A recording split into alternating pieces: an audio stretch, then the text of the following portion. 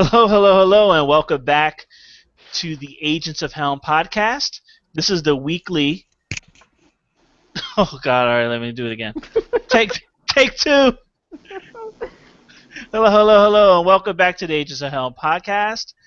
This is your weekly for July 28th, 2014, and welcome everybody back. I'm going to pass it off to Lorenzo, and we're going to discuss the box office. And I don't really like that intro.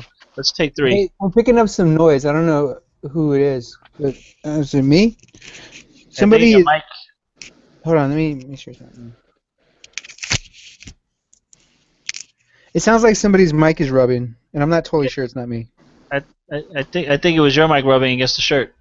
Okay. Or it could be Johanna. My mic is against my face, so. If I do this, is it gone? All right. Okay. Alrighty. All right, let's try this for the third time. It's me, because I can't hear it when I do it. You get that test out the way? All right. Hello, hello, hello, and welcome to another episode of the Agents of Helm podcast. This is our weekly for July 28th, 2014, for the week that was, or the weekend that was, rather. I'm going to turn it over to Lorenzo. We're going to discuss this weekend's box office. I think we all know how we can imagine how it went, but Lorenzo, break down the top five for us. All right. So the top five, you got Planes, Fire and Rescue. I warned you guys not to go see it. I guess some people didn't listen to me because it made $9.5 million over the weekend. Comes in at number 5. The Purge, Anarchy. That was they made $10 million off of that one, and I went to go see a little bit of that over the weekend. I like to try to go see my movies in bulk. So I saw a little bit of The Purge. I saw the ending. Joe, you haven't seen that one yet, have you? I haven't seen it, but I think I'm going to. Joe, that movie, they spent $9 million to make that movie, and it's made $50 million. They made $10 million over the weekend. Dawn of the Planet of the Apes made another 16, giving it. So with that 16, it's now made its money back. The budget was 170. Now it's up to 172 million. So and then of course we have Fluffy coming in at number 2. Yay! I'm just kidding. There's no way Fluffy came in at number 2. Fluffy is number 17. Proposed. Fluffy made $1.3 million. Number 2 would be Hercules, with your wife's favorite person. Yes. The Rock. What's his name again? Dwayne Johnson. Dwayne Johnson. Yeah, I like The Rock. But I like Scarlett Johansson more. And apparently America agrees with me because while Hercules made a respectable $29 million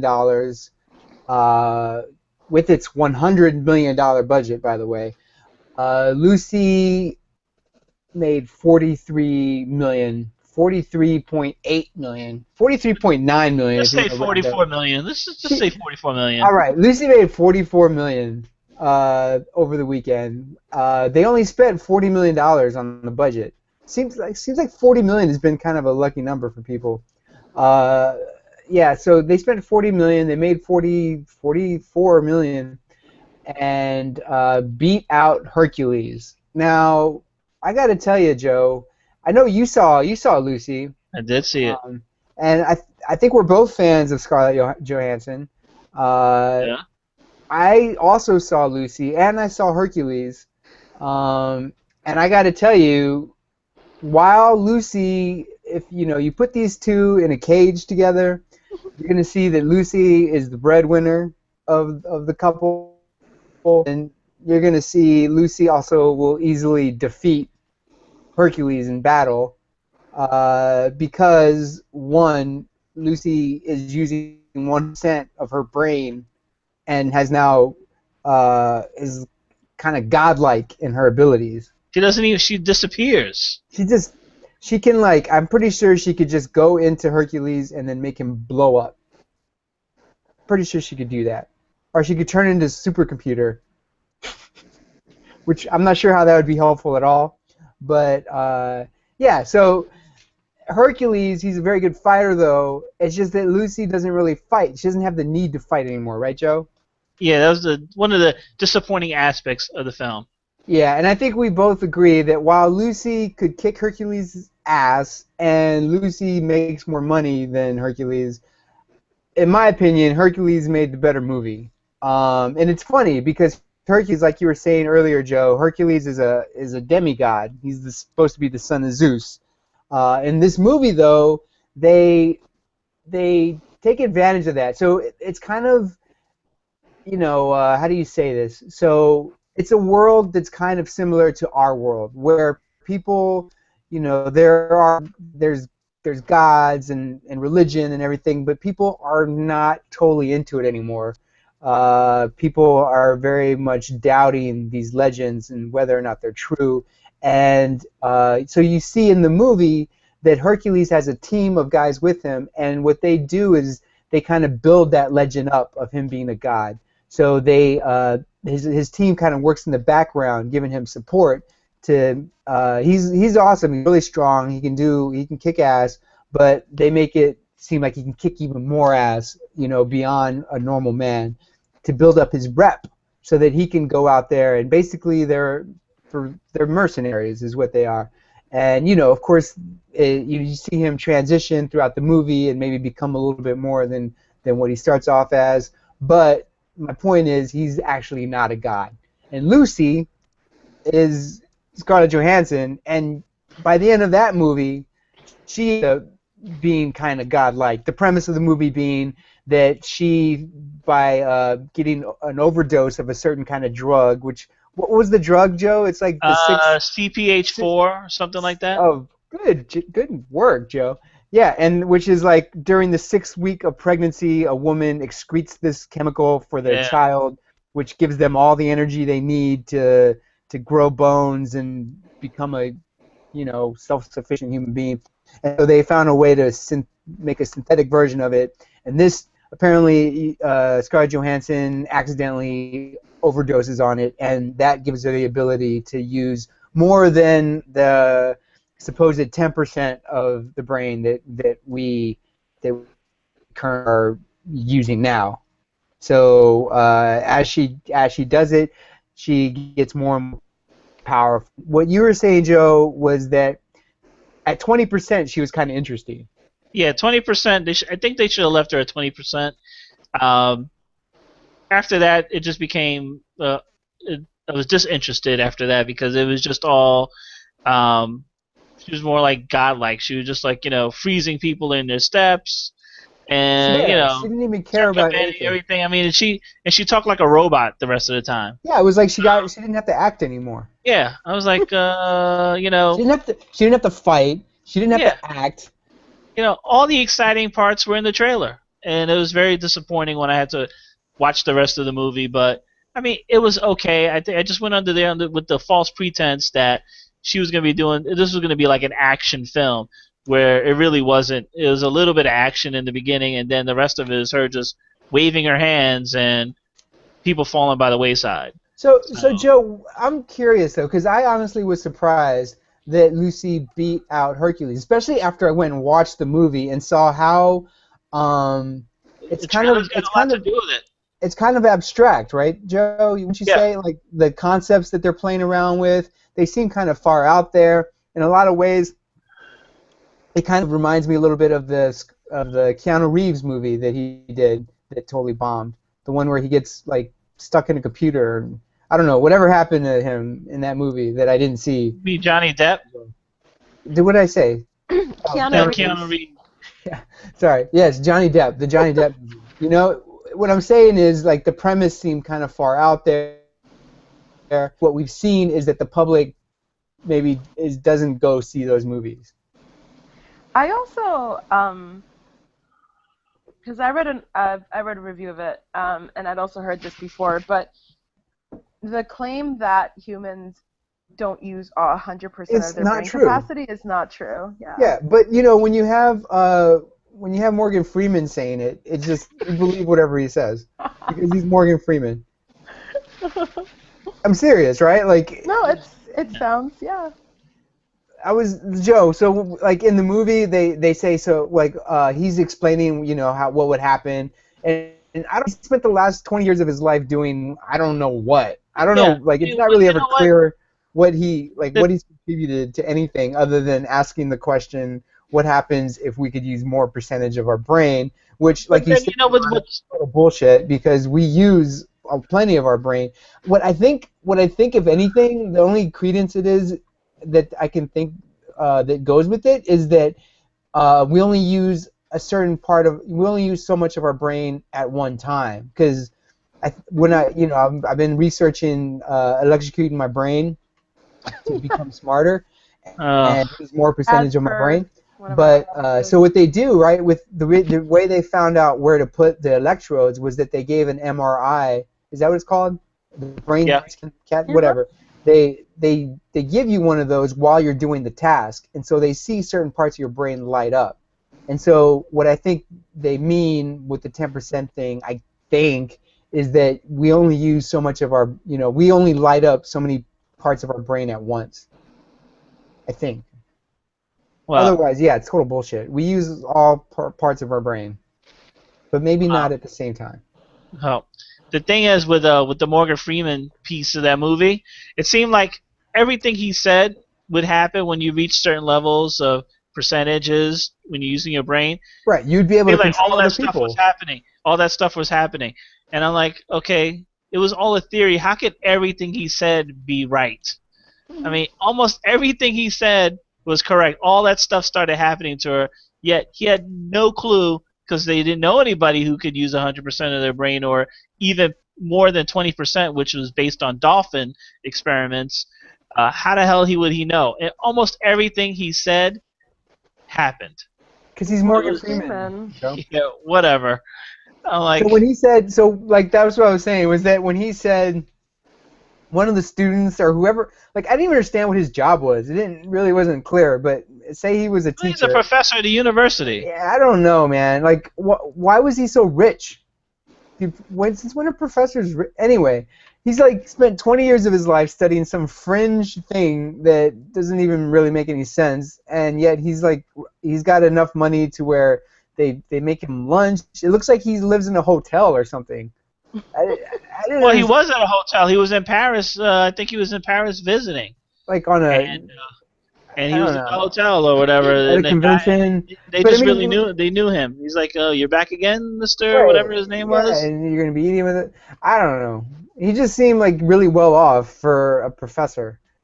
And anyway, my point is that they ask him. One of the students or participants asked, so what would happen if somebody was to get to 100% of their brain use? And his response is, I have no idea.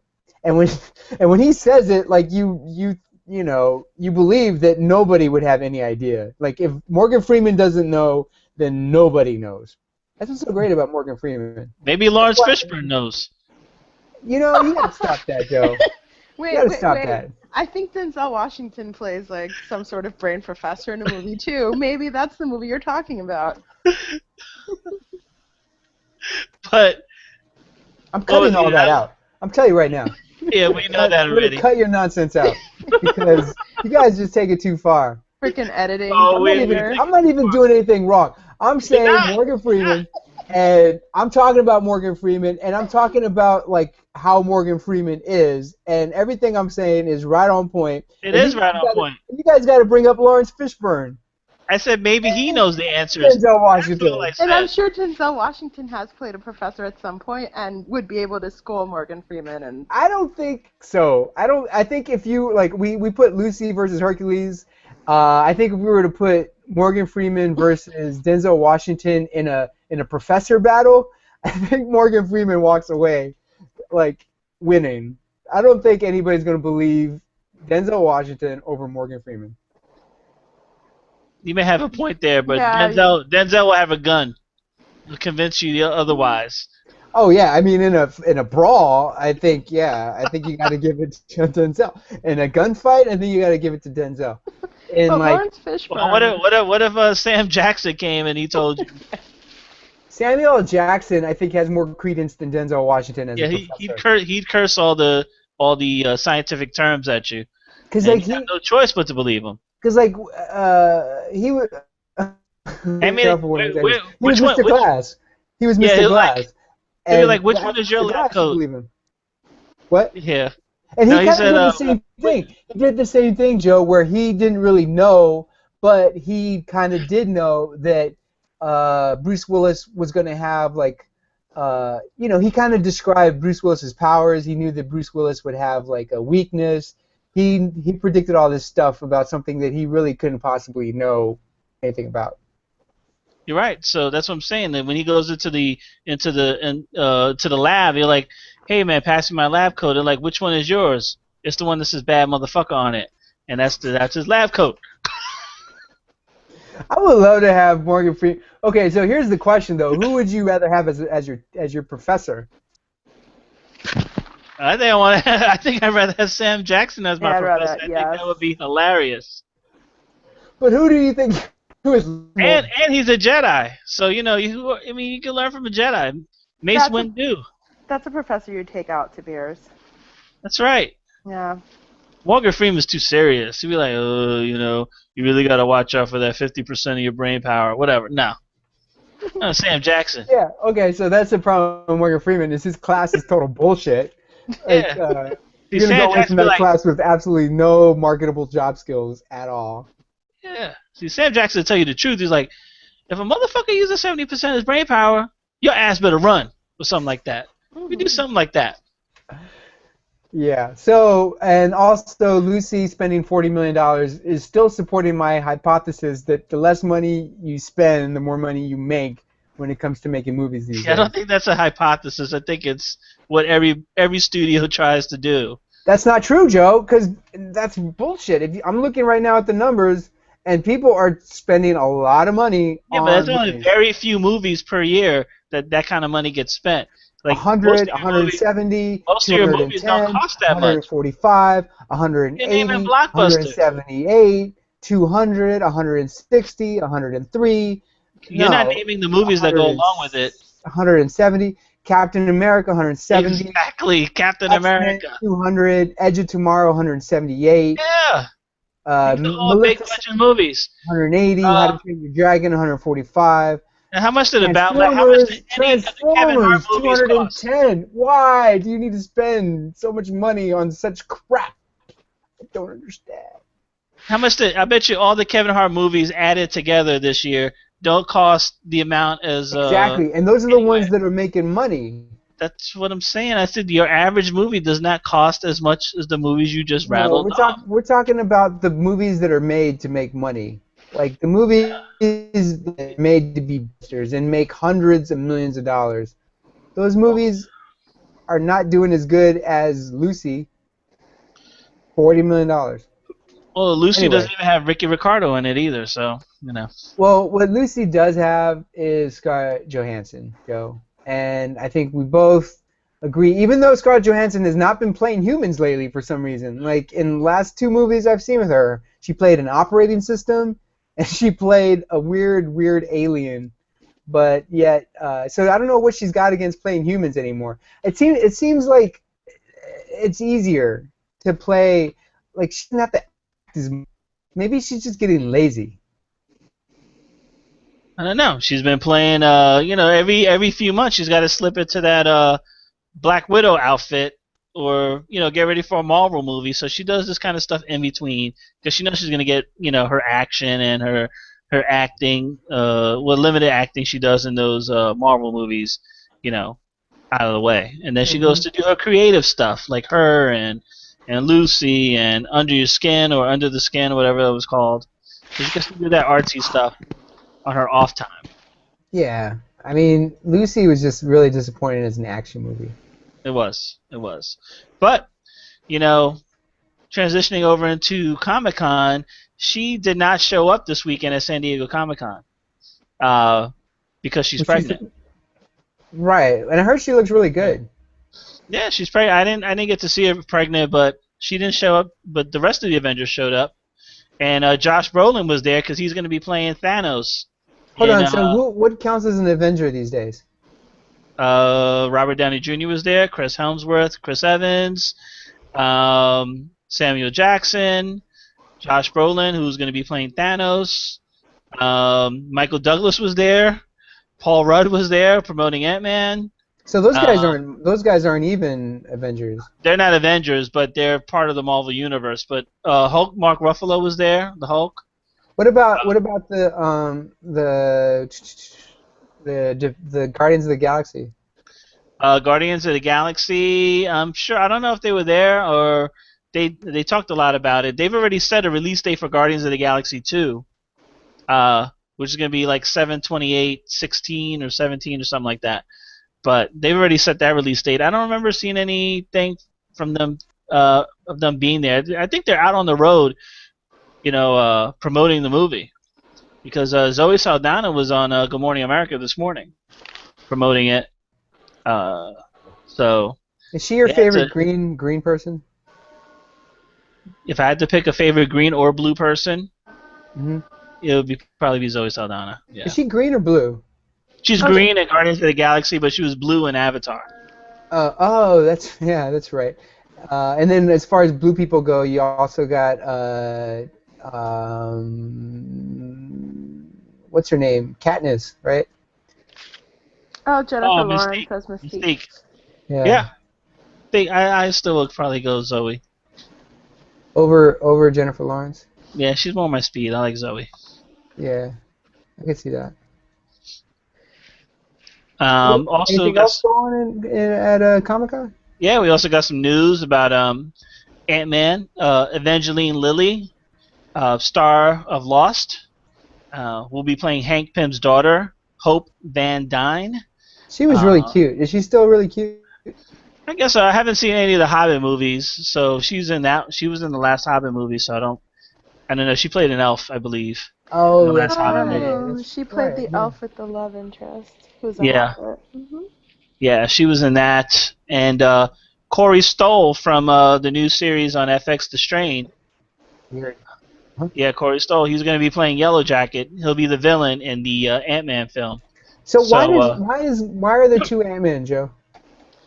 I can't remember. I really didn't follow Ant-Man. I know there are two, but I really didn't follow it close enough. I don't know why. I know the first one is Hank Pym, I believe, and I forget the other one's name. But the Ant-Man are going to be played by Michael Douglas and Paul Rudd.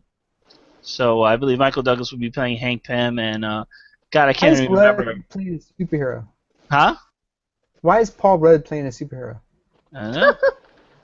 Because it's an honest question. Like, I mean, it's kind of like Mark Ruffalo as the Hulk, and I was just ready to say that. And look, it went off pretty well. Yeah, I guess so. I mean, they're in costumes the whole time anyway, so what difference is it gonna make? Well, because I guess so. All right, so like Michael Keaton as Batman was like crazy, right? Because Batman is like playboy, millionaire. He's got like his reputation, and so that kind of blew minds. But I don't really know too much about Ant-Man, so I'm not sure if he, if Paul Rudd like kind of fits the bill, or if they are doing something similar to what they did with Michael Keaton.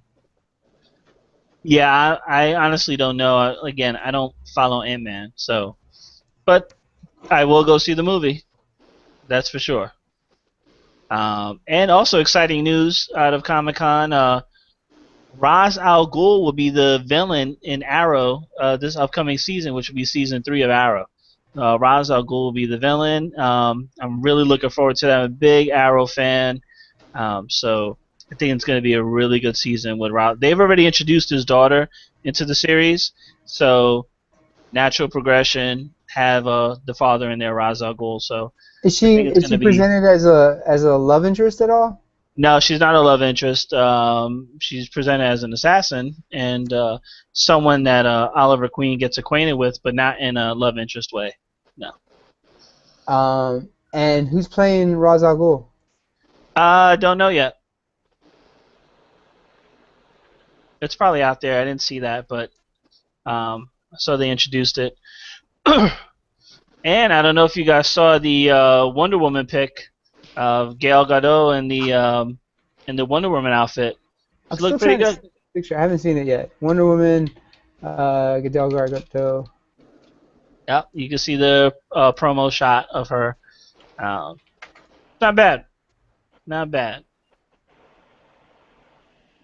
Great. That's great. So you got your tickets yet for the New York Comic Con? No, that's a very sore point with me right now. No. Yeah. Johanna was there when I was trying to get my tickets, and no. And I also tried to get my tickets, and I've kind of soured on the whole thing. I actually might not attend.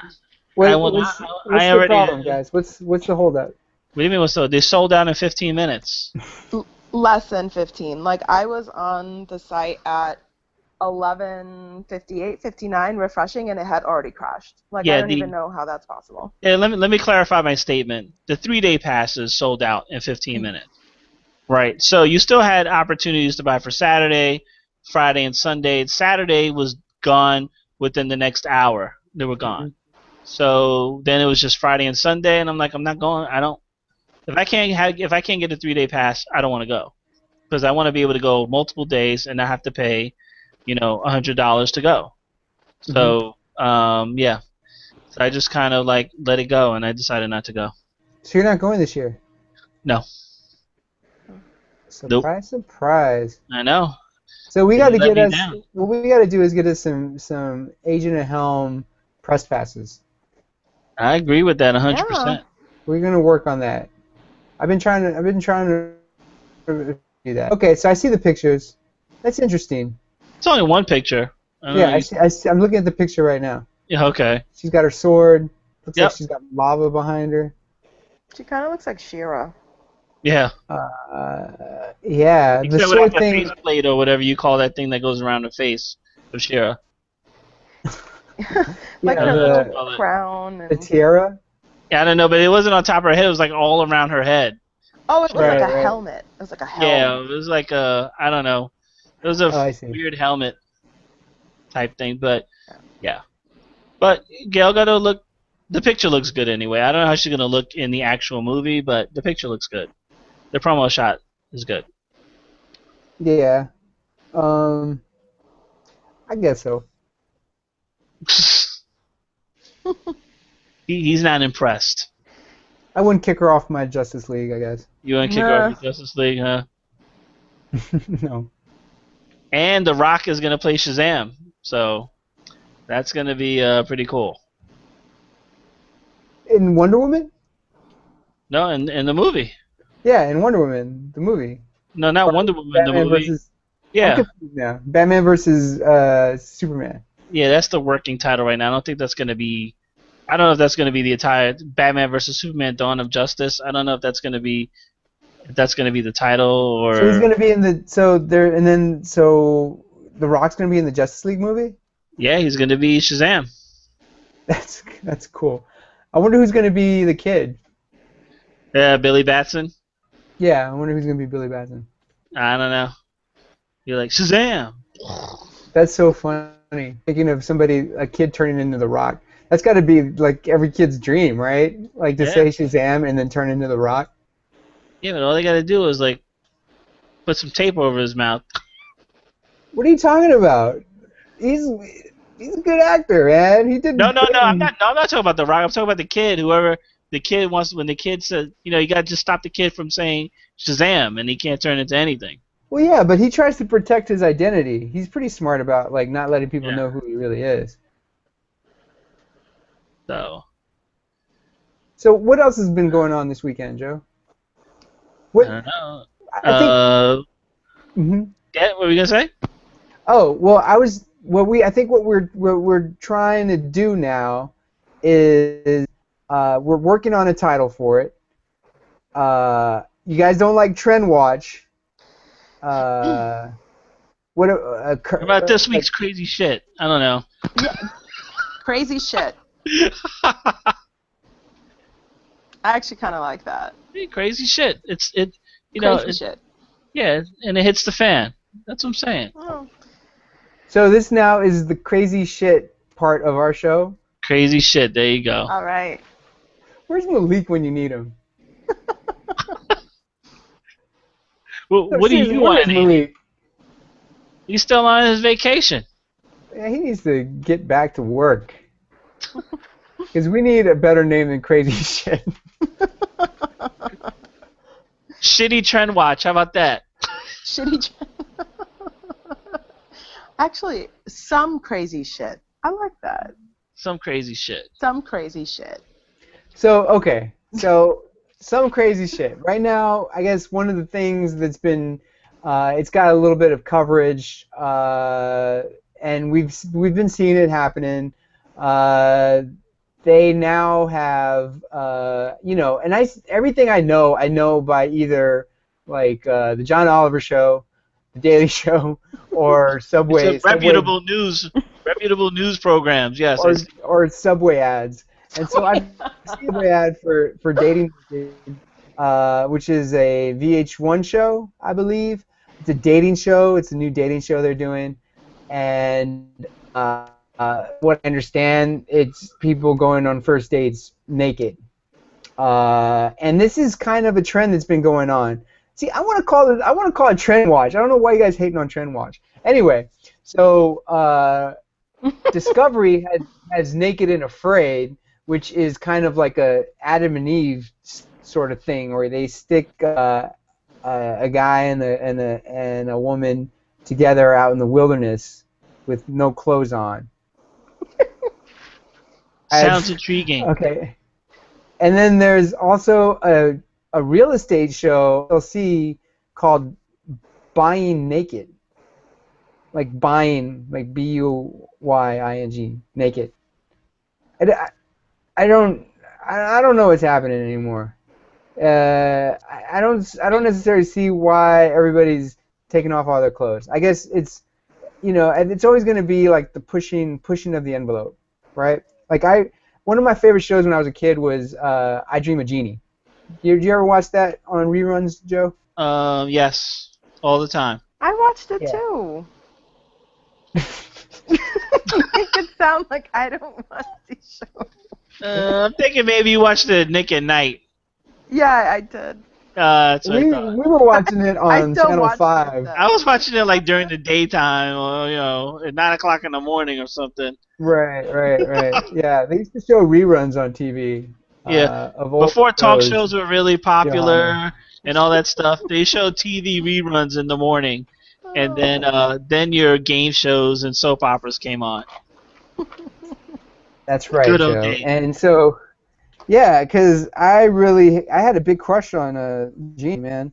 And Jeannie was like a groundbreaking, she was quite the feminist. She led, she was the first person to show her belly button on TV. So, and then it was all downhill from there. Now people are just getting all naked to go on dates. I don't necessarily think that people should be getting naked to go on dates. Well, I have a question. Like, I don't know. I've never seen the show, but I can only imagine the people that are signing up for this. Just any way to see somebody else naked. So, I don't get it. I don't want to see them on TV naked. First of all, you're not going to see them on TV naked because they'll blur lines. You gotta get it. You know you want it. Whatever. I don't understand why that's a rapey song. Maybe I'm not listening to the lyrics. You know you want it? It didn't say, I'm going to go and take it. It just said, you know you want it. It's like, you think you're such a good girl, but I know you're really a bad girl. Like, la da da da da. Like, let me liberate you. I don't have the lyrics in front of me right now, but it is rapey. How is that more rapey than, like, any rap song ever? Some of those are rapey, too. But it has a good beat to it, so I know. It doesn't matter, Also, the video was rather degrading to women, so. I'm sure there's one where they're all naked. It's not about the nudity. It's about the fact that he blows cigarette smoke in one of the girls' faces and like races a car down her back. Like, it's stuff like that. It's not the nudity. I personally think, speaking of the nudity, I don't particularly care if these naked TV dating shows are going on. I actually don't find anything wrong with nudity or the form of the body, so to speak. And yeah, but are you gonna watch it? No, because it sounds stupid. It's other It than the is fact. stupid. I mean, I'm a fan of, I was just talking about this, of the dating shows like Blind Date, where they had the little word bubbles and, That was stupid too, but So that, this would, yeah, I guess this would be it was like that, entertaining. but everybody would be naked. just bring word bubbles and then I'll watch it. I I mean, love it's a VH1, wasn't that a VH1 show? No, it was like a No, that was Channel like 9 yeah, it was show. on Channel 9 or something. Yeah, I don't know. Naked Away, actually, like I've said before, in New York, women are allowed to go topless. It's not like in public areas. Like they can't really be arrested if they walk around with their tops off.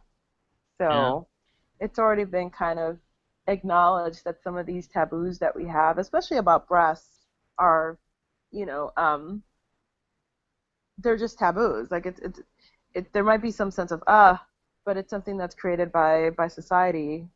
Like breasts are perfectly functional, and if men are allowed to liberate some men have bigger breasts than I do, and if they're allowed to liberate them, why shouldn't I if I would want to? I don't particularly want to, but if I wanted to. Yeah, Johan, like, I don't. I mean, okay, so the great thing about one of the things that makes breasts so great is that they're like, put away. Like they're kind of hard to see, and so there's like some sort of like Mystery.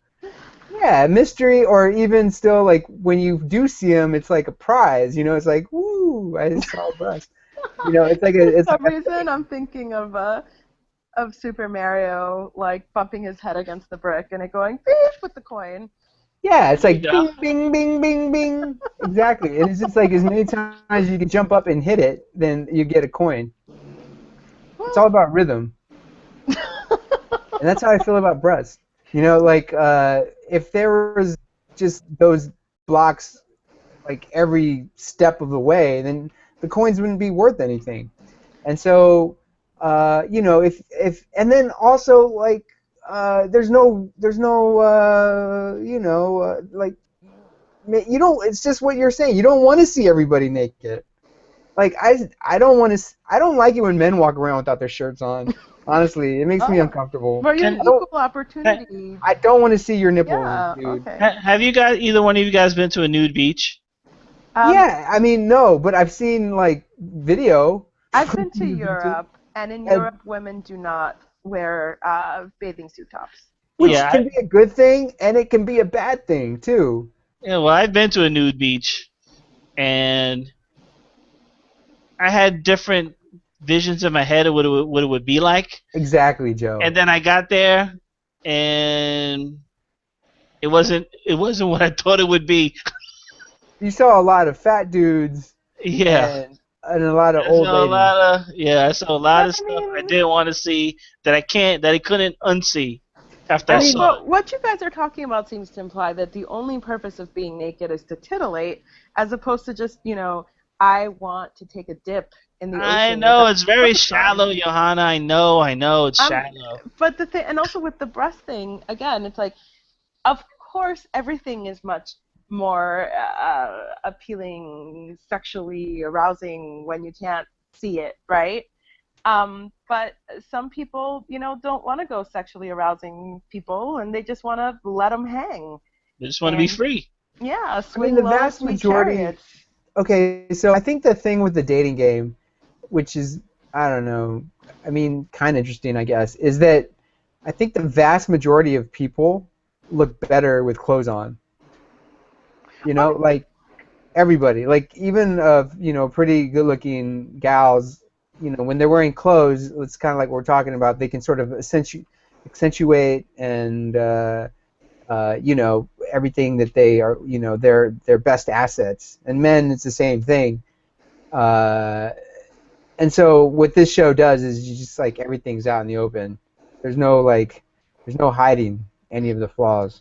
I mean, that's really the thing, isn't it? Like that, all of the mystery is gone. Like, gee, I wonder what, and blah blah blah, and I mean, especially heterosexual women who might be thinking about like penis size, and it's a total mystery. But if you're going on the date with this guy, you're like, oh, okay, like, well, now we know. So yeah, no, there's no mystery to it. You know, what you see is what you get, and if you get into the bedroom with this person, what you see is what you get. And Yeah, but I mean, I kind of feel like you sort of need to build up some sort of relationship with the person before you see everything because I don't know, like I can be kind of judgmental, believe it or not. oh, Uh, Really? Wow. please, I couldn't imagine that. it's a No way. revelation. and You're so like lying. I thought you were the Gandhi of judgment, honestly, until you Yeah. said that. And so, you know, when you get to that point where like people are taking off their clothes, there's a little bit more forgiveness if you know the person, you know, like if your first impression of them was something, you know, like something more than just being able to see where the cellulite is and you know, stretch marks and stuff like that. The face that you're making right now. Dude, I'm I'm grossing sure myself out somebody just has thinking walked about out on this. you. Somebody's had to walk down on you after you brought up something like that. Well, you know, like, so what it says here is the Dating Naked debut earlier this month. Oh, I'm reading from AP, by the way. The Dating Naked debut earlier this month featured a woman in her 30s stung when her chosen man was distracted by a younger, gorgeous temptress. An intriguing story for VH1's female-dominated audience. The older woman's name, Wee Wee, No, it's not. trended on Oh Twitter, God. and the episode audience of 826,000 easily beat the network's average. With more than 4 million viewers, Naked and Afraid was Discovery's most watched series premiere. So it seems like, you know, people naked are getting people to come out and watch, you know, like Discovery doesn't typically get 4 million viewers, and VH1, their average audience is 335,000. So this show was able to double their average. But it sounds like it's doing it by kind of exploiting these, I don't know, what would you call that, Johanna? Where a woman in her 30s was stung when her chosen man was distracted by a younger, gorgeous temptress. It seems like it's supporting kind of stereotypes. Yeah, I And mean, you know, it's funny because I don't even think it's like I feel like all women like there's this certain ideal of like quote unquote the woman in her 20s, and that's like the ideal body type. But the thing is, a lot of women in their 20s don't even have that body type. You know, they're perfectly attractive and they're you know that they have luck with men and they have like totally fulfilling sex lives, but like not all 20-year-olds have, you know, even thin ones, even supposedly these women who fit into that supposed like body stereotype, they don't have like the perfect like lifted ass, they don't necessarily have perky breasts, you know, they have scars, they have eczema. I mean, so this whole conversation is grossing me out. It's like the thing about 20-year-olds is that they look better than they will in 10 years. well, that's certainly that's potentially true. I don't necessarily agree. I think there are some women who get better with age, and I think that a woman in her 30s feels more confident about their body and about their sex appeal than a woman in her 20s. That may be the case. I'm just saying, like, if you have like a not that great butt when you're in your 20s, it's probably not going to be that great when you're in your 30s. Well, you But could buy one. Well, yeah, I'm not interested in people buying their bodies. That's just like such a huge turnoff for me. I couldn't imagine going out with somebody that had like anything done, like facelift or like enhancements to their breasts. That stuff just totally turns me off. So you want someone who's naturally cellulite free without any stretch marks and Well, I'm a big believer that that's why I think that's why men should date younger women. Unless they meet these women, like if two people get together when they're like 17 or 20 or whatever, then what happens is they form a relationship that is based on physical attraction, and then after a while that relationship, for the woman, I think it happens sooner where she builds that emotional bond. For men, since they're materialistic, superficial assholes, it takes them a little bit longer to build that emotional bond. And so, after 10 years, the guy's not going to care so much what the girl looks like because he actually feels a genuine connection with her, inner self, her inner beauty. I can't say it with a straight face. And so, like, when you are dating and you're older, then I think you kind of need to be able to, like, have that 10 years of that physical attraction before you can really get to attach to somebody's personality. 10 years, huh? Wait, how long have you been with your wife, Joe? We've been together since 24 years, but exactly. What I'm saying is, I don't think it should take 10 years before you stop caring what she actually looks like because you built that relationship. I don't know, Joe. I think 10 years sounds pretty close to right. I think that's the Lorenzo factor.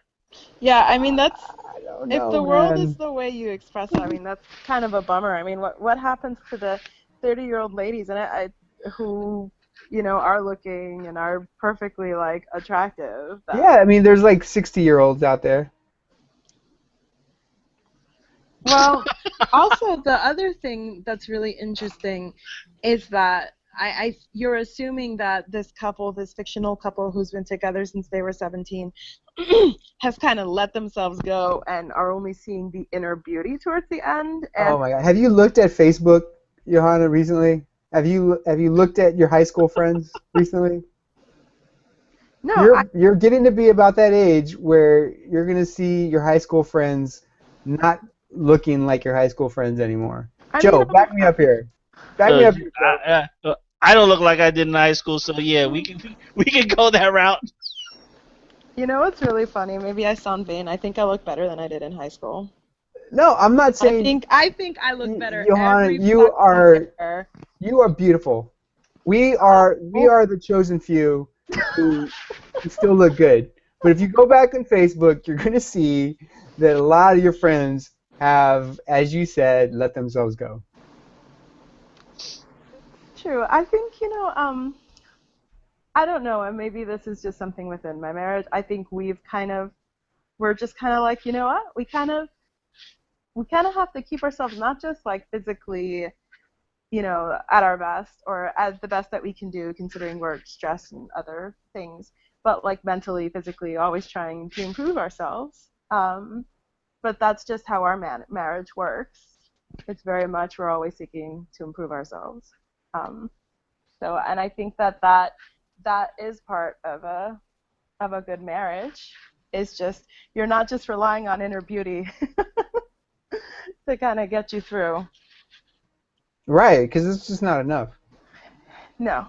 And as we talked about last week, sexual satisfaction is something that is important, and sometimes sexual satisfaction also involves like being physically making spreadsheets. Being physically attracted to your partner and spreadsheets. Yeah, I mean, I feel like also like both parties, and I'm thinking of men. They get lazy. They take their spouse for granted, and I think both parties do it. Mm-hmm. And so maybe you don't give the service that you used to when you guys were first starting off. And so that's why it helps to have the younger partner, because I think you know that you have to work a little bit harder to maintain that relationship. Well, you can tell us all about that. But how hard you're working out there, buddy. Yeah, I want to hear more adventures with 20-year-olds. I'm just saying that that the dating naked thing maybe isn't the best idea for a relationship starting up. No, I Especially completely for people agree. like Wee Wee. That's not her name. Spell it out. The older woman's name, Wee Wee, Weewee. Why is she named after like a child's euphemism for urine? Well, maybe it's French for just yes. Yes, she always says yes. Oh. Maybe that's it. Good call. But that's not how you spell Wee, right? I don't know. I don't know how you spell it. I didn't major in French. I'm just saying wee. Yeah, they spell it all stupid, Joe. They spell it like with a Q or something. No, it's with an O. O-U-I. Yeah, what is that? That's not well, the English. O-U makes a W sound. And well, maybe her parents were idiots. I'm sorry. I studied linguistics. No, I'm talking about the girl's parents. Maybe, hey, man, let's name her after French. We'll call her Wee Wee. And we'll spell it W-E-E-W-E-E. Maybe they were big, Pee Wee Herman fans, and they just. Then they should just call the Pee Wee instead of Wee Wee. But, like a wee wee pad, like what you get for puppies when they're learning how to potty train. Well, they didn't want to call her Pee Pee, and Pee Wee was already taken. They could have gone with Wee Pee, but that would have been kind of like insulting towards them. Weepy is, yeah. Or what I was thinking though is, weepy, like cries a lot. Nobody wants a kid that cries a lot. Nobody wants a weepy kid. So then they went with Wee Wee. Sounds good. I'm sure the origin of her name is probably more interesting than we will ever come up with on our own. No. I doubt it. I doubt it. I don't know why we're still talking about this lady. She's basically just got rejected for not being hot. I don't know. Yeah, I want to see what this guy. I mean, I'm sure the guy was no Dwayne Johnson either. I'm sure this guy. So or they wouldn't be on this show. Because only only ugly people have to date. I'm saying for the naked one, yeah, but the normal shows like The Bachelor and all those everybody's beautiful. Most TV shows, everybody's beautiful. Well, I would think it'd be even more important for people to be good looking on this show, right? Yeah, you would think so, but I think if people who tune in to watch it, they want to see the people who, I guess, I don't want to say look bad, but something they could find, I don't know, funny or something like that. I would think a show like that would want to make people laugh or put them in bad positions. If you make them too good looking, then I think you lose your average audience, especially when looking at other people naked. You want your average person to feel connected to the people that are there by saying, "Oh yeah, I look just like him or her." Otherwise, whereas with the other shows, they have to look pretty. They're not naked all the time. I mean, at least for the guys in The Bachelor, they'll take off their shirts, or the girls will walk around in a bikini or whatever. But that's okay. But when you do the naked show, I think you need to have somebody more in line with the average person. And I'm sure that's what they have. Yeah, I mean, I'm looking at pictures right now, and yeah, I guess they are pretty. They're not like the MTV people, like Right, they don't have six packs. Everybody doesn't have a six pack. The MTV crowd, everyone has a six pack. All the girls are gorgeous. It's ridiculous. They're not normal. They're not your average person. Where I think with the naked stuff, I think if you want people to watch, they need to look a little average, a little closer to average or average. Yeah, I mean, no one wants to see two people with like kind of the, quote unquote, like society's ideal of a body, perfect body, right. Like becoming attracted to each other and dating. That's boring. Yeah. Nobody wants to see that. No. At least not on a naked show. Every other show, yes. So apparently, she's doing. So Wee Wee is doing okay. Christina Wee Wee Porcelli is her name, and so this is a nickname she gave herself. That's a nickname. Yeah. So and so she did an interview, and they asked her about it. She said she was nervous. She's usually very comfortable being naked, but she was nervous. It's not on camera. For strangers seeing her naked for the first time and she doesn't even mention being on camera. She was nervous with the other girls, having to be around them. But they did they got to go to like a beautiful island called Bocas del Toro. Bocas del Toro, the mouth of the bull. The mouths of the bull, which makes no sense to me. Yeah. And then they ask her, so who's got the biggest package? So she went out with 3 guys, Joe, Jack, and Justice. I don't know why they all have J's, but she said it's not really fair because no one got excited, which should tell you something right there.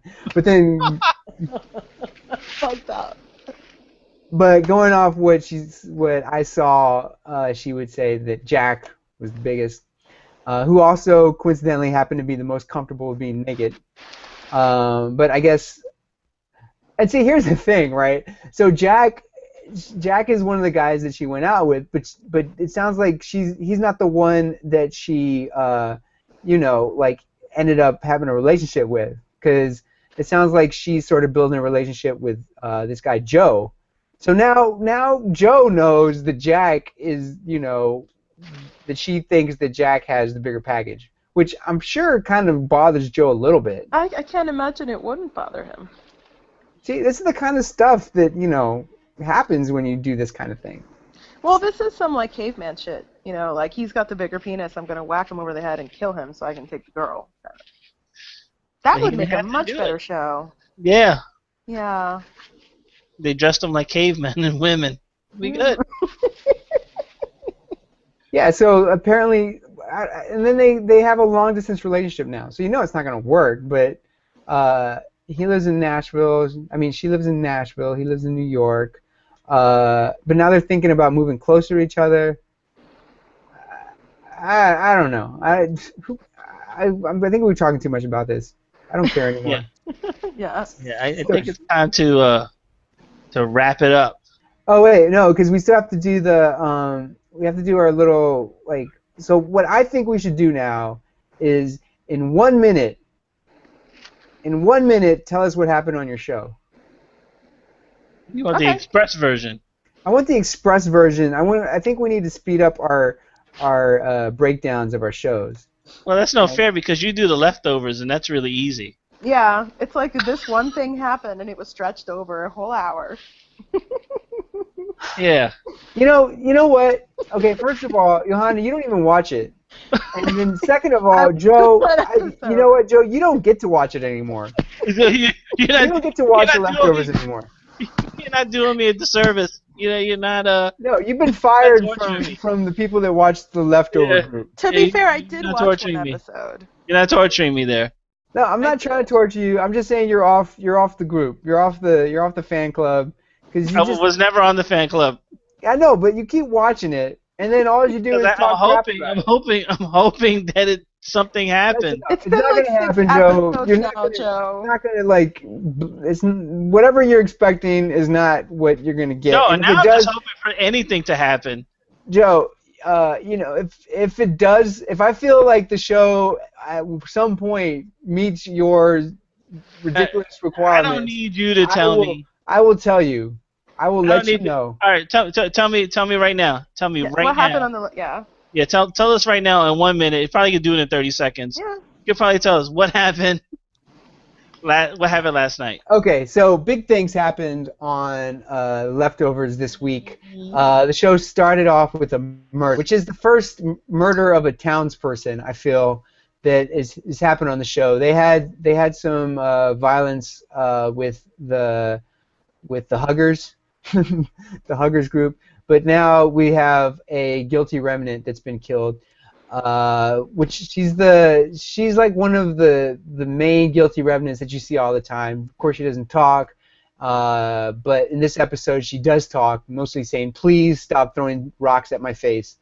and they don't. They end up killing her, and then this whole thing quickly escalates as the chief tries to put a curfew in effect to basically get the guilty remnants off the street because he doesn't have the manpower to cover for them.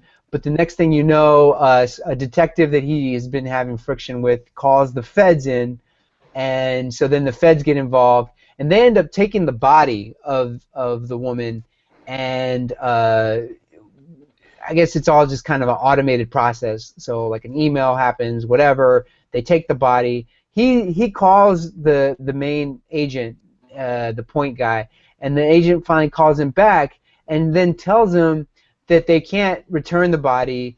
That the evidence, send them the evidence, but they're probably not going to be able to do anything about it for 4 to 6 weeks. And furthermore, if you want, what we can do is just come in and basically wipe them out, wipe out the guilty remnants, come in as like with their guns blazing, and pretty much just wipe the group out. And he thinks about it for a second, but then says no, that they have it under control. That was the big thing that happened. We saw some tension with the priest who had his church bought out. There are plenty of suspects that could potentially be the ones that killed this woman, but we don't know yet what's going on. We do know that somebody broke it. I'm convinced that somebody broke into the chief's house and stole his shirts. Not sure why, but I'm pretty sure that happened. And that's about it. That was like under a minute. Congratulations, Lorenzo. I mean, there's more to it, but I think we should try to keep these down to a minute. I'll keep you posted on the murder. That was a joke. It was way more than a minute. Joe, you are officially kicked off of. Way more than a minute. You went way over a minute. It was the official Lorenzo treatment. You're officially kicked off the Leftovers watching group. Oh damn! Is my HBO to go not going to work anymore? Could you kick me out? No, I'm going to take you at your honor not to watch it anymore. Don't take me on my honor that I'm not gonna watch it anymore. Because I'm gonna watch it just to torture you. Mm-hmm. But anyway, you're gonna torture yourself just to torture me. Okay. It's gonna be worth it. That's a good plan. I got nothing else to do Sunday night, Lorenzo. I got nothing else to do. No. You want to give your minute your minute review, Johanna, on Masters of Sex? Yes, we started talking about it earlier as I was trying to finish watching it. Basically, Masters delivers a baby that has both a penis and a vagina, and that makes him relive his daddy issues by being really creepy with Johnson in a hotel. We finally find out the work that they're doing. So, my impression is right of the work that they are doing. They're meeting at a hotel. He's like doing some daddy issues, like just daddy issues. She's about to take a bath.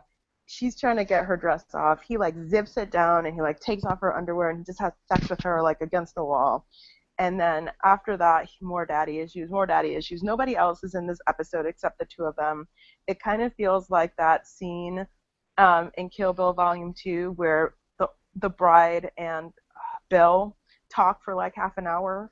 And that's more interesting than this. I think that was trying to be this. I think it was also trying to be Mad Men, trying to bring like a historical event like this boxing match in, and it's about how like he and Johnson are boxing, but it makes no sense. And then like they have sex again, but you don't see it. And then like he does this creepy thing where he makes her take off her clothes, and he's like, "I know you want it. I know you want it." He sounded like blurred lines, and she's like, "I can make myself feel good." So she starts like masturbating. But it's like really creepy because he's just staring at her and she doesn't seem to be enjoying it. More daddy issues. And at the end of the whole thing, he makes her recite all the sexual acts that they just did for science. What kind of stuff was on the list? What did you say? 2 acts of intercourse, mutually satisfying, 1 solo act of female masturbation. That's not too bad. I mean, yeah, for a night, it was good. And at the end, the little baby, like, he had been fighting so that the little baby because the baby was a boy, it just had both parts. And he told the dad, like, no, like, we can, like, try to construct a penis, like, and instead the dad chooses to, like, have him just keep the vagina and be a girl, even though he's a boy. And it's supposed to be this whole metaphor about Masters and his fucking father. And basically, I wasn't really into it. Hold on, wait. Why did he have to construct a penis if he had a penis? That I don't know. Like, I don't know what it was. I think maybe the father was concerned that the kid wouldn't have testicles, or that I think the testicles were just they hadn't descended. So it was something about like the father was like, well, he'll only ever be half a man, even if you do like save his penis and blah blah blah. Like, so they should just make him a girl. Like, it was really fucked up. I think they should still save his penis no matter what. They cut off off the poor baby's penis. Well, then put it in a jar. I don't know about that. You should definitely hold on to it somehow. It was like a weird fucked up episode, and I don't think I ever want to see Masters and Johnson for a whole hour not interacting with people. Like, this show used to be fun. It used to be fun. It used to be about how the study was fun. It used to be funny. And this episode was just really dark and disturbing. And I know that Masters is a disturbing person, but yeah, I don't know. I hope next episode's better. You know, Joe, why don't you watch her show instead of my show? Why? Because that sounds just as boring. No, it doesn't. You are ridiculous, Joe. You are just... Johanna even told me that she was bored by last episode, so that's how much you know. I spent the whole time Facebooking. She did not sound bored by this episode. She was. I know the truth, Lorenzo. I know the truth. I mean... And I know she was bored last week as well. So that's 2 weeks in a row where she was bored.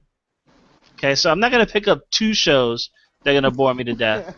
You know, Joe, I watch intriguing stuff like Ray Donovan, The Strain, you know, gang-related, all these good shows, Graceland, all stuff that's like popping, it's moving. You know, The Leftovers is something I want tomorrow night for dinner. You know what I mean? Yeah, I have to say, Well, then stop watching it. Through with you, Joe. You're fired. I'm divorcing you from The Leftovers. You can't do that. You don't have the right to do that, Lorenzo. You don't have the right. You're out of here, buddy. You're out. I'm sending the crazy dogs after you. That's right. The dogs, they got more dogs. You know what? I'm going to be the anti-guilty remnant. They got the hunter guy facing off against the other dude. I'm telling you, there's stuff going on the show that you don't appreciate that kind of stuff. You just if worms aren't coming out of the dude's eyeballs, then you don't want to hear about it. No, that's not true. It's not compelling. Lorenzo, I'm not the only way. You're like you're a group of one.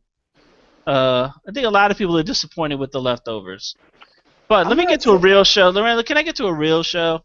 1 minute. You got 1 minute. You got 1 minute. Nah, I get 1 minute. You got 10 minutes. I get 1 minute. I did not take 10 minutes. I took 2 minutes, Joe. You freaking took 2 minutes. You're 2 minutes. Exaggerator, man. Go back to the videotape, Lorenzo. That's all I'm going to say. Go to the videotape. Go, Joe. Go. Anyway, The Strain. All I got to say for The Strain, vampires, and the guy's dick falls off. I mean, what else you got to know about The Strain? I mean, the guy's dick falls off, and guess what the title of the show is? Gone Smooth. I mean, come on. That is way more compelling than anything The Leftovers came up with. Anyway, so not only do we get more vampires in this episode, not only does a guy's dick fall off, but we follow the remaining survivors of The Strain, the remaining survivors from the plane, and their struggles with becoming a vampire. So you get to see that, as well as you get to see the one of the head vampires, how he looks without his makeup on, hint hint, saying that the vampire goes through the trouble of putting makeup on every day so he can look human until the vampires take over the earth again, so he can go back and get rid of this shell that he has to put on every single day. Again, watch The Strain if you're not watching it. I mean, come on, I just told you guys dick fell off. You gotta watch it. You gotta watch it if anything else. Sounds more interesting than Masters of Sex. There's more dick over there than there was in this episode. It fell into the toilet. Oh! This show is just grossing me out. You guys becoming a vampire, and you get worms under the skin. I mean, let's go. I mean, that's all you need to know. Worms under the skin, vampires, dick fall off. That's it. Oh, I wrapped it up. This whole Bam. episode. This whole episode's Put it making on me a very. platter. This whole episode's making me very uncomfortable. Dicks and On a cellulite. platter. Dicks, Bam. cellulite, and dick/vaginas. They You know give what that something to sounds think like about. though? It sounds like what's his face? Middlesex. Oh. That- I can see that. But he didn't. That was a good. She. But Z didn't have a penis to begin with, did Z? Yeah, I don't know what yeah, you guys it was are in talking his about. vagina. His penis, I think, inside of his vagina. What is it? Oh. I don't know what you're That's talking the about. way. long That's the time way since I understood it. All I know. We're talking about an Oprah Winfrey suggested book club book show. Yeah, nah. It's about a. You don't know. You don't know anything about that. I don't know any. I don't want to know anything about that. See? It's about like. Because you're closed-minded. You're That's not closed-minded. close-minded. Stone I just Age tell you. man. I just tell you. Dick fell off, and you're like, ooh, I can't watch that. But you want to talk about dick stuck in a vagina. I think it's like No, it was it's- like a. It was like a transformer. Like the Like a penis transformer? was tucked into the vulva. I don't remember. Yeah. Right, and so like if he got excited, then it kind of came out. Like a He clitoris. grew up. If a clitoris He is grew up big as enough. he grew up as a woman. He grew up as a woman, and then eventually, like when he came to his when he came of age, he started to realize that there was more to him than just that, and that was when the penis was discovered. Whoa, penis! Whoa, penis. Yeah. Yeah. Whoa, penis! Whoa. Whoa, penis! Hello there, penis. Whoa. Hello, penis, my old friend. Oh man, that's what would happen if Joey was on Middlesex. Middlesex. And I Whoa! Whoa. If Joey was Middlesex. Joey was what's his name? Z. I don't know. I call him Z because I don't remember what gender Z preferred to be called. Oh, like a she. It's like a pat. It's like a Like pat. Z is like the gender neutral. No, he wanted to be a man. That was the whole thing. Okay, Was that so then he's a he. he was raised as a woman, but he liked women. He felt more comfortable. He identified himself as a man. As a man. Yeah, I mean, I think all that is fine. I think people are a little too hard on people for like, having like both penises and vaginas in this world. Yeah, those hermaphrodites got to get together, hermaphrodite union, and fight this prejudice that they're under. I don't even know what the right term is anymore. I feel like hermaphrodite is no longer the accepted term. No, that's the term I grew up with, and that's the term I'm going to use until I am corrected and given a better term. I guess I've been using sexually ambiguous, but that's not at all. That sounds worse than. Yeah, it sounds. Actually, much they both. worse. I don't know if it sounds. I mean, Hermaphrodite sounds cool. It's like you can go either. You got two. Yeah. You're Hermes and the possibilities are endless. I just feel like we're too. We need to put people in categories. Oh, you're a man. Oh, you're a woman. Like some people just aren't comfortable with those. And I bet you if we got rid of those two terms, like that, people would be a lot more. There would be a lot more, I guess, ambiguity about it if there wasn't such simplified categories as man, woman. You know what I mean, Johanna? I think you back me up on this. There's like the whole gender spectrum. In fact, there's several terms for it. One of them being gender queer, which is just people who don't want to ascribe to any particular gender. And I think that's totally yes, Joe. No, I was gonna say if you have both body parts, I can see you going that way. But if you only have one, there's only one way you can go. But see, the thing is, Joe, once you're called a man, then you have to like take on certain like gender role responsibilities. It's like suddenly you have to act like a man, but maybe you don't want to act like a man. Maybe you want to act like a woman, or maybe you want to act like a dog. Yeah, or maybe you just don't want to like.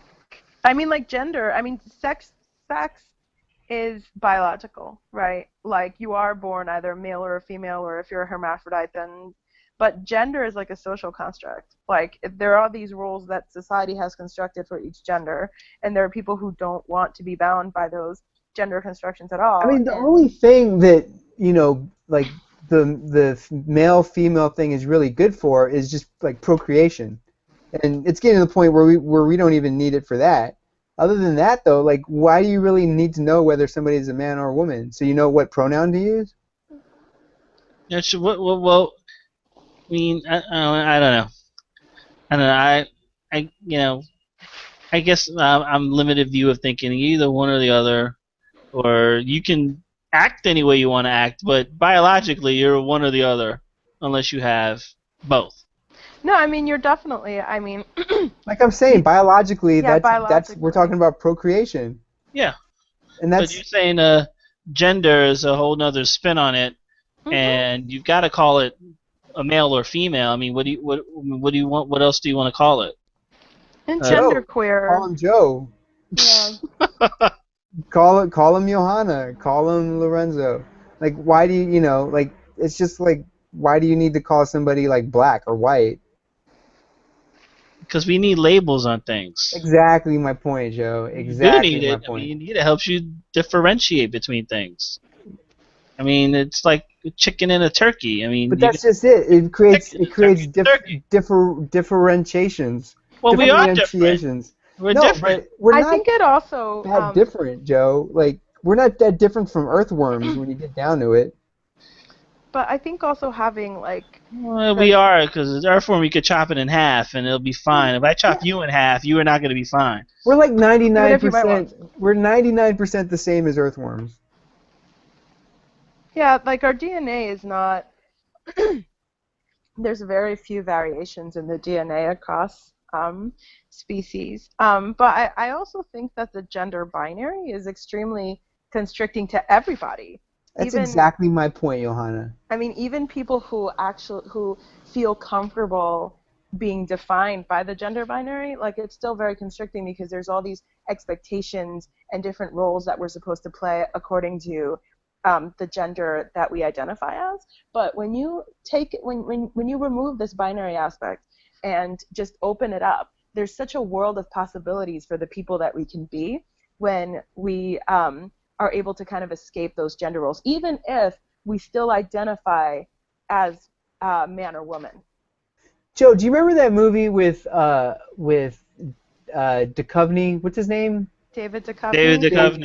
David Duchovny, and it was like these two women who were playing men playing women. No, I don't remember that. It was this movie it was like a comedy about these two women who were singers, and they were like not going anywhere, and then they went to like a transgender bar or whatever. They had they did they did the singing where I don't know what that is called, but you dress in drag and you sing. Yeah, drag. You lip sync. They usually lip sync, and these girls were actual women, but they looked kind of manly, and so it was assumed that they were men.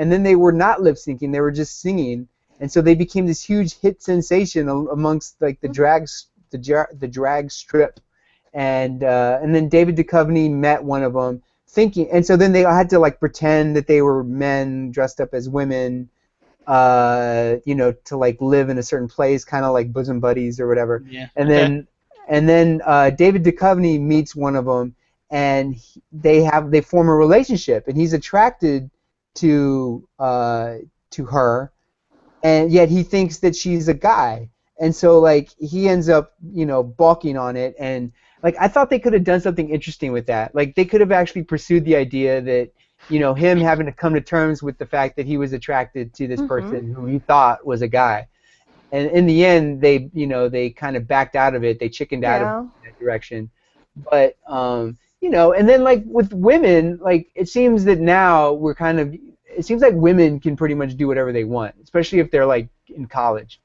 It seems like women can get away with pretty much anything. But but men, like a woman, it's okay for a woman to like another woman and for them to even like date, and like we see it on Orange is the New Black, right? Like she explored that part of her personality. But I don't feel like men get to do that. You mean like have a gay experience? Well, no, I mean that's actually a really good point, because I think that it's more acceptable or even seen as realistic that a woman might like men and women. But I remember in college even, I had a friend who, she had a friend who was male and he was bisexual, and she's like, he's not really bisexual. He's going to figure out he's gay eventually. And it's like, but you're bisexual. So why are you saying that somehow this male bisexual is... Why is it different, Joe? It just is. That's not an answer.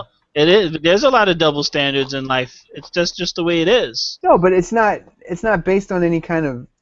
No, but women can get away with it.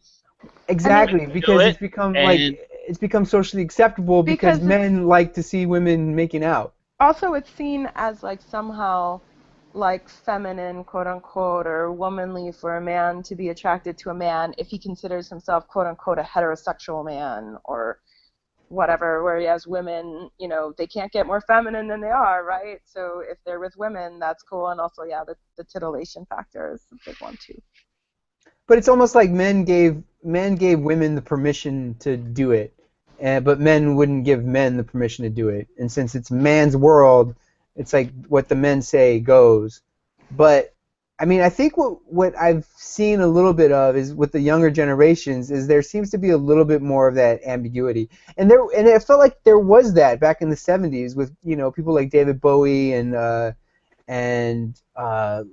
who else, like Rod Stewart and what's his name from Queen, Freddie Mercury, and oh yeah, there was like a whole in the '70s there was this whole like kind of ambiguous type thing going on that.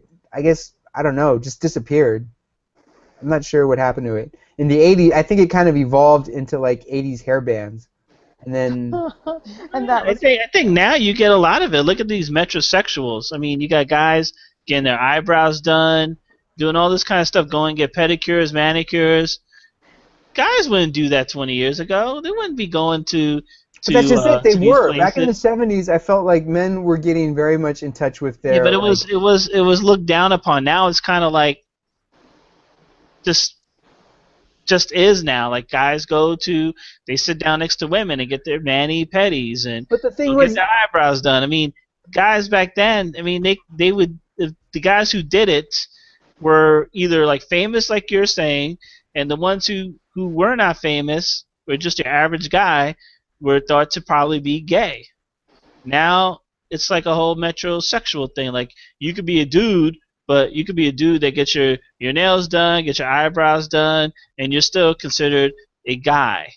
I think that's my point. Is that going back in that direction of I think what we're gonna see.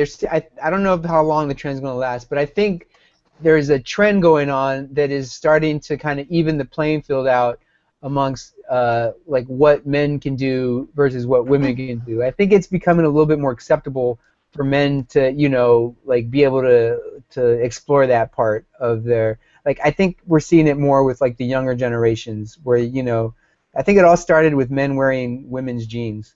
I'm pretty sure. Although even so, it's so interesting to me how. One, how young it starts, and two, that it still happens in 2014. But I don't know if I've ever talked to you about this with you guys, but like I've gotten comments before because Aviva wears both, quote unquote, both boys and girls clothing because she likes them. And honestly, like I do understand why a lot of the little girls' clothing is just puppies and all this stuff, and the little boys' clothing has like I have a PJ set from the boys section, which is of sharks, but not just sharks, but it's like the realistic sharks and the different kinds of sharks and the names of all the sharks. And I'm just like, why is the boys' PJ set so educational and the girls' PJ set is just like bows and puppies and it says it's great to be a girl? I think that that's fine, but there's no educational anyway. So anyway, I got her the shark PJ set. And people, I've had a couple of people make comments that I don't care if people think she's a boy, whatever, like she has short hair. I don't like it when people go up to her and say she looks like a boy. because then it's like you know exactly what gender she's presenting as, but you have this nerve to say she's dressed as a boy because she's wearing a blue shirt with a turtle on it. But what kind of shoes does she wear? She right now her shoe of choice is this kind of rainbow tie-dye New Balance sneaker. In my experience, like the shoe always gives it away with kids. Because my kid had long hair, and he still does, and but he always wore boy shoes, and so I'm just like, look at his feet, and you can tell, and it's a pretty good rule of thumb as far as whether or not to say he or she. Like her shoes are definitely they came from the little girl section. They look like something a little girl might wear, but it's so interesting to me. Again, like I've like every day I get like people using the wrong pronoun with her because which is ridiculous because she looks like a girl. Yeah, I mean it's ridiculous. Like she definitely her facial features are very feminine, but I kind of don't care about that. I care more about like when people know what her gender is, but they're still saying she looks like a boy. And yeah, I know exactly what you mean because like I had to deal with the same thing because my kid refused to cut his hair. Yeah. And people just can be so stupid. Like it's just like you don't fit. It's what we're talking about, Joe. Like if somebody doesn't fit your definition, then it makes you mad or angry. Yeah. Like it makes me so it's mad. like why do I have to recategorize the way I think because you want to wear dinosaur clothes? Yeah, it's like, dude, just how could it possibly affect you one way or the other? Yeah, they immediately they see the dinosaur, they see she has a lot of shark clothing, and they think she's a boy. But you know what? I was thinking, I'm like, this is extremely frustrating, and I'm like, but like, how much worse would this be if I had a little boy who wanted to wear pink, or wanted to wear a tutu, or anything? You're right. Like, people will like come up to you and like. People could get violent. And it's like, just shut the hell up. Like, yeah. Who are you? Why are you even talking to me? With my daughter, yeah, it's comments and it's bothersome, but I feel like people get very violent and, like, emotionally violent, I guess, when they see a little boy in more feminine clothing. And, that really bugs me. Like, in fact, I wonder if I had a boy, if I would want him to be more gender conforming. Like, would I push the dinosaurs and try to dissuade him from the tutus because I wouldn't want him to, like, be attacked or anything? Do you know what I mean? In my experience, you don't have to do that. It comes naturally. Like I didn't do that with my kid, and yet they just automatically. I think part of it is that they are interested in cars and whatever boys are interested in. But another part of it is I think it just comes, from like the air, kind of like how we were talking about how you make beer, like the spores in the air just like help to cause the beer to, what's the word, Johanna? Ferment? Ferment, thank you.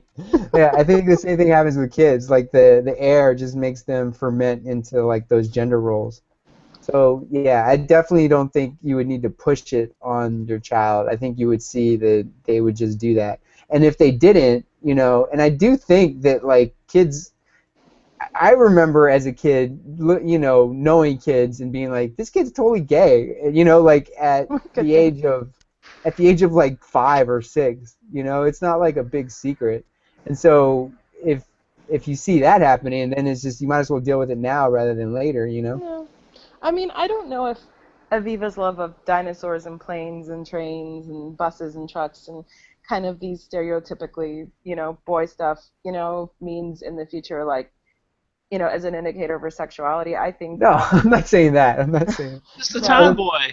What I'm saying is, I think we all knew those kids in school where you were like, oh, he's gay. Yeah. And they're like 5 or 6 years old. Like I've seen them since as a parent you see them. Yeah. Out there, and it's just it doesn't like whatever. It doesn't matter. I'm just saying that like that it's something that you should probably start thinking like about how to like deal with, you know, because your kid's gonna be kind of confused as to why, you know, what's going on with like why are they different from everybody else.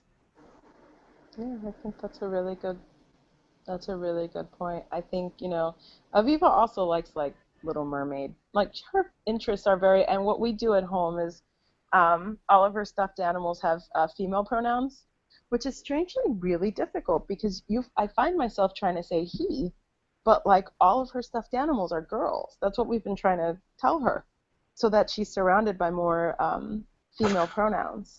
You made all of her animals girls. Aren't you there? Like, isn't that kind of gender role stuff right there? I mean, you're making sure that all her stuffed animals are female. Well, or is she? Not necessarily. I mean, it's kind of. I mean, why can't they just be stuffed animals? Why do they have to have a she or a he? Why can't they just be stuffed animals? Maybe I should have well, one thing that we did do with we have a book about Wally. Right. Like, my husband got very upset because Wally was referred to as a he in the book, and he told Aviva, he's like, Wally doesn't have a gender, or we don't know what gender he is, or Wally doesn't have a gender, or we don't know what gender it is. Neither do those stuffed animals. Who's Wally? Wally who? The robot. Wally, the movie. Yeah. Oh, Wally. He's Wally a boy. He likes the girl robot.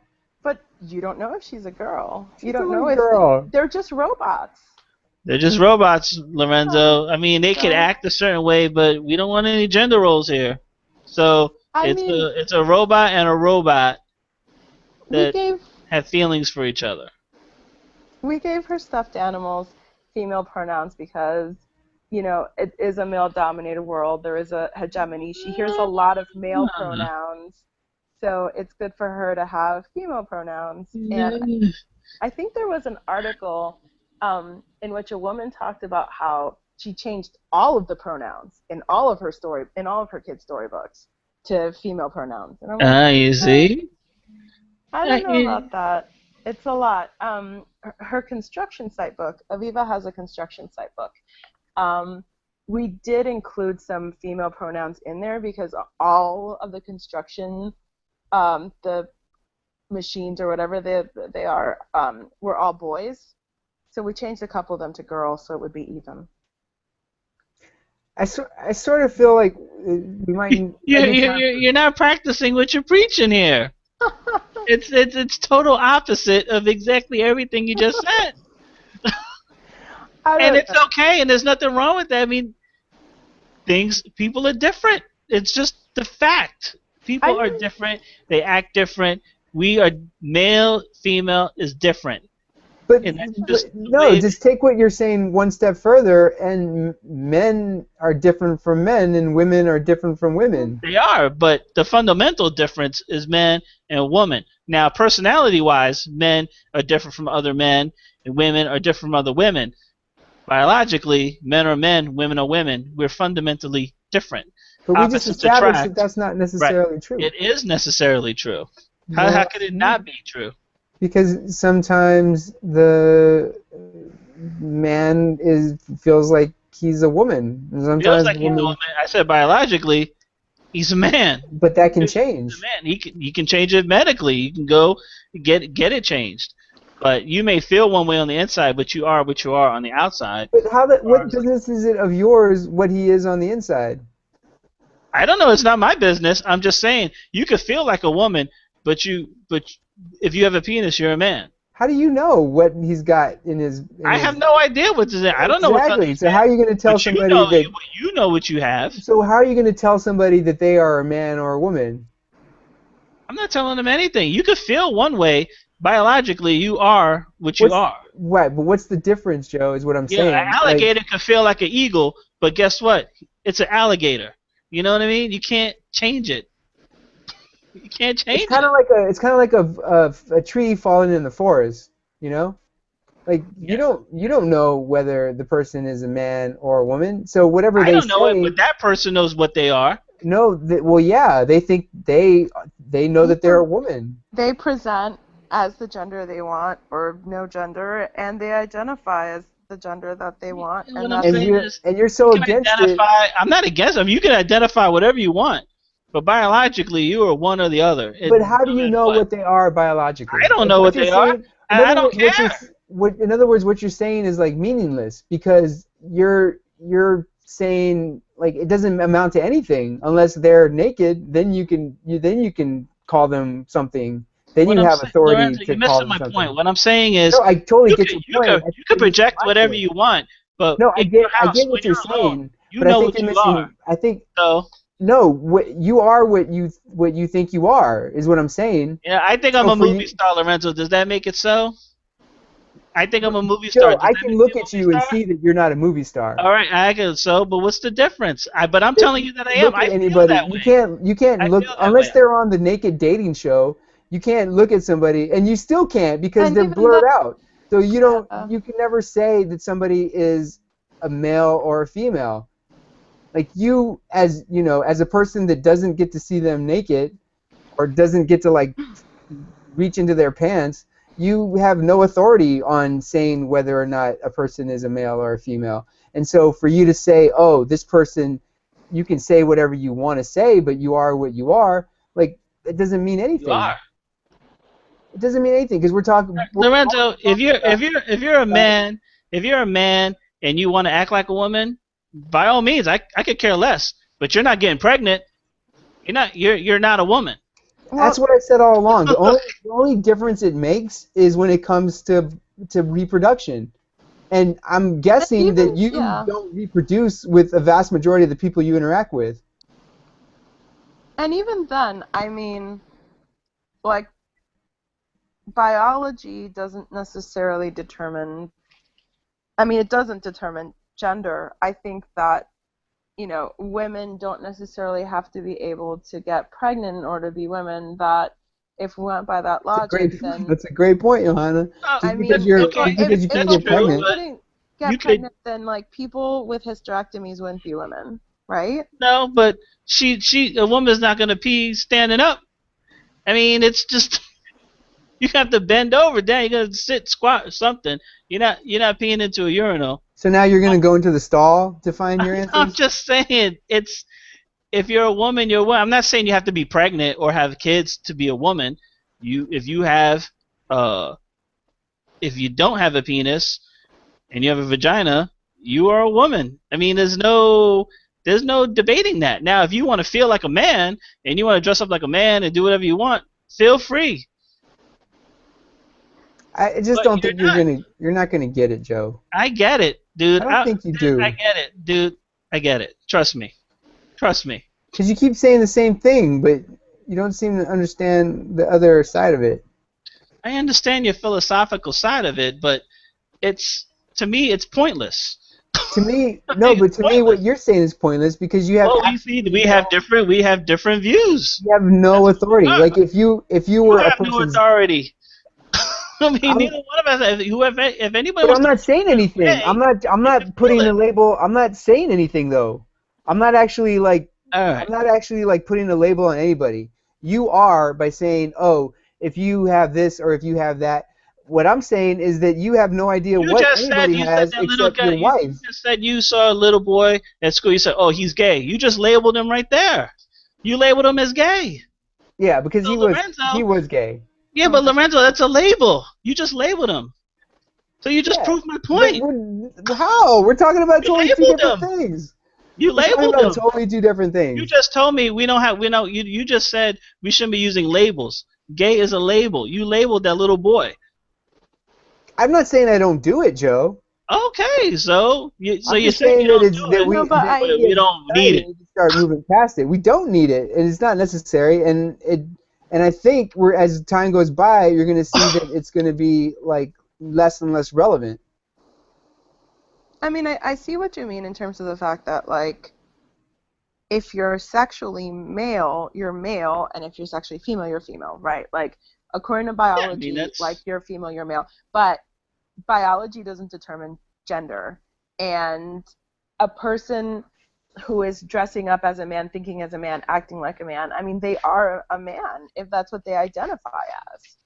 Like, they may be biologically female, but the thing is, like, if they're identifying and presenting it as a man, that's kind of how we should be interacting with them. Sure, if that's what they want, and that's fine. I have no problem with that. Yeah, I mean, I think that's really all it comes down to. I mean, you know, I have a lot of people who are trans in my life who identify as a gender that they are not, we're not born into, we're not biologically, and it's very much, you know, this is what you're presenting as, this is the pronoun that you're using. I mean, fuck, my gynecologist is trans. She was born male, and now she identifies as a woman. And you know what? She's one of the best fucking gynecologists I've ever had. So you just take people, you know, I guess what I'm saying is just like, you kind of have to take this idea that gender is not determined by biology, I think. No, and I have no problem with that. If somebody wants to think they're a woman and they're a man and vice versa, more power to them. I could care less. If that makes them happy, go right ahead. I mean, but you still label them transgender. You still label because them. They're still being labeled. I choose the labels that they choose. Like, my gynecologist identifies as trans. Like, she will say she is trans. In her little biology, in her summary. They identify as, it's not male female, but it's another gender classification of trans. So I actually think of trans as being more of an activist label that's used, as like, I am trans, I'm representing this particular identity of people who are presenting, who are identifying as a gender that they biologically were not born into. Yeah. Well, now that we've gone almost 2 hours. That is. Don't worry. None of this is going to be on the show. Yeah, no. We've gone almost 2 hours. This is just a conversation. Yeah. Well, we have one viewer. I hope that person's enjoying it. Oh no, who is it? And I say person because I don't know if it's a male or female, right? Viewer. I hope I'm not. Oh yeah, by all means, tell us what you think about this conversation, viewer, because we've gone way over the rails. We've established that Joe is totally homophobic. Oh, don't say that. He's not. I will tell you something right now. No, I will tell you something right now. My best friend I lived with a homosexual man for 7 years. He's my best friend. He is my daughter's godfather. I've seen plenty of things. So that's why I'm just saying. Let's talk more about that. That's what I want to know. See, he's a very good friend. I'm not going to put his business out there.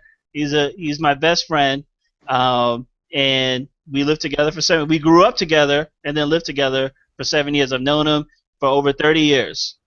Okay. When did you know he was gay? Well, we always assumed that when we were kids, and then years later, he came out to me and told me. Right. See what I mean, though? It comes like, and for those people that say that it's like a choice or whatever, they just, I wonder if they'd ever gone to elementary school. No, if you meet somebody at that age, like young, like, I mean, we've been friends since I was 8 years old, and he's 3 years older than me, so 11. I was 8, he was 11 when we met, and yeah, I mean, even back then, we would like make fun of him and stuff like that, and call him names, and when you're kids, you do stupid shit like that. And then when we became adults, that changed obviously, and and it just turned out that he was gay, or that he is gay. When you were, I mean, because you were younger than him, so yeah, like it's not like you could really bully him or anything, but did you? No, but it was always like a bunch of us would like bother him, pick on him, or whatever. Like dumb kids do. You don't know any better. His mother was pretty tough. She would threaten us at times. But I mean, now he's like He's family, man. My family. I don't even go. My family goes on trips. He goes on trips with my family. They all go together, and I don't even go. For the last 10 years, they all been going together without me. So yeah. I mean, so my question, I guess, was when you were 8, did you consider him like when did you consider him a friend? Is I guess what I'm asking. No, I mean that same year. I mean, we've been friends ever since. I mean, even though we made fun of him, we were always friends. You know, kids snap on each other. I don't know what kids do today, but we all made fun of each other all the time. I mean, it was like nonstop. Outside making fun of each other all the time. And I mean, that's the part we made fun of him. That's the part we made fun of. So, telling you, and like I said, it's best friend. I want to hear more about what you saw, Joe. I'm not getting into what I saw. Adventures. Nah, now when it's not my own life. I'm not saying anything about my friend on here. No, I want to. No, not about your friend, about you. No, I see a lot of bad. No, I didn't see anything like happen. Don't get me wrong, I didn't see that. But you know, it's just been around. I've been in my aunt.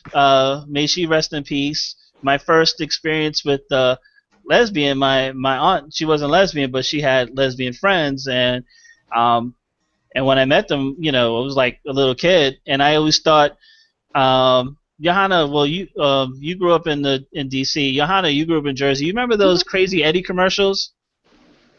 Did you ever see the Crazy Eddie commercials? Our prices are insane. Oh yes. Anyway, I used to think my aunt's friend looked just like that guy, and I asked her, how come you look like if you're a girl, how come you look like the Crazy Eddie guy, you know? And like my aunt got really embarrassed, and you know, I guess she got embarrassed, but you know, I couldn't tell because she looked like a guy to me, but she wasn't a guy. I mean, she was a girl, and she liked other girls, so I didn't understand it. Until they explained it to me, and and then my friend James, I met him when I was 8, and I mean, and you kind of saw the progression. When we were kids, we thought like he had like feminine tendencies, so we made fun of him, and then but we were always good friends, and we both moved down to he moved to Maryland first, and then I went down there, and then that's when we both worked at MCI. So when I was working, everybody thought him and I were partners, and I'm like, no, I'm not gay. But and they would ask me about him. I'm like, you have to ask him. I don't know. But I tell you, I'm not gay. So I mean, everybody's a little bit gay, Joe. There is the Kinsey scale. It's 0 to 6. I'm sure there is a little bit gay, but yeah. But I mean, yeah. So yeah. So I am no homophobe. Yeah, I never thought you were a homophobe. Yeah, I didn't think you were a homophobe. Or a transphobe. I just thought you were a little uptight. Not at all. Not at all. Trust me, not that I went through a lot, but when you work at some place that people think you're something that you're not, and a lot of people thought it, but he's my friend. I didn't really care, and so yeah. So no homophobia here, or even or uptightness. So see, now you learned something new about Joe today. I know, Joe. You'll have someday, maybe after barbecue and some beers, you'll tell us some stories. Yeah, I'll let James tell you some stories if you meet him. Yeah. Where's James now? He's in he lives, him and his partner Mel. They live 6 months in Vegas and 6 months here in Maryland. So I think they're coming back next week. Yeah, they come back when I'm in. No, they come back the week after I get back from Universal. Oh. Because they're having a barbecue in Maryland that I can't make. Because it's on August 9th, and I get back August 8th. Oh. So I was like, I'm not driving down to Maryland after I get back from Universal. Well, yeah. Yep, it was it's a cool time. All right, guys, I'm done with this conversation. Yeah, it's 12:43. Let's sign off. What happened to 30 minutes? It's gonna be 20 minutes. Yeah. Dude, if you cut this down to 20 minutes after we've been on here for like close to, actually it's been like 2 hours. Oh my god. Actually for Johanna and I, it's almost 3 hours because you showed up, you know. All right. Came in like a diva. Yeah, you just came home. Hey, what's your point now? Point is on time on Thursday. Yes. So treat yourself. So let's sign out. Tune in Thursday for Johanna's show, Treat Yourself. That's the name of it, right, Johanna? Yes. And obviously we're going to be talking about treating yourself, right? Like yes. I want to buy PlayStation 4, so I should just go buy it. And Treat yourself. That's right. Treat yourself. Lorenzo wants to get a new DSLR. Treat yourself, Lorenzo. What are you gonna get, Johanna? Oh god, I'm gonna get myself a trip to like fucking Europe for like 3 weeks. No, you're not. Why not? I just don't believe it. That's double, triple treating yourself. Okay, I am gonna get myself a day at the spa, like full treatment, every single thing that they have, and time. Can I give myself the treat of time, just like a whole week of time where nobody talks to me and I'm off the grid? I don't know. Can you? I think I am. Yeah, by the beach, just me. I'm turning off the phone. And you're gonna do this. How are we gonna have the podcast then? I think Jared's gonna try to get a hold of you. I know. And Jared will find a way. Yeah, so that's my treat myself, I guess. I will think of better answers for Thursday, and you guys too. What's wrong with my answer? What was your answer again? It was so boring that I forgot. I want a new camera, DSLR. I want to get my own. I want to get the camera that we have that we use at work. Boring. The minute you said work, boring. No, but it's a real thing. I know. The things that you said aren't real things. I can make some shit up. Oh, I'm gonna get a helicopter. Okay, fine. Keep your DSLR. It's fine. I want to.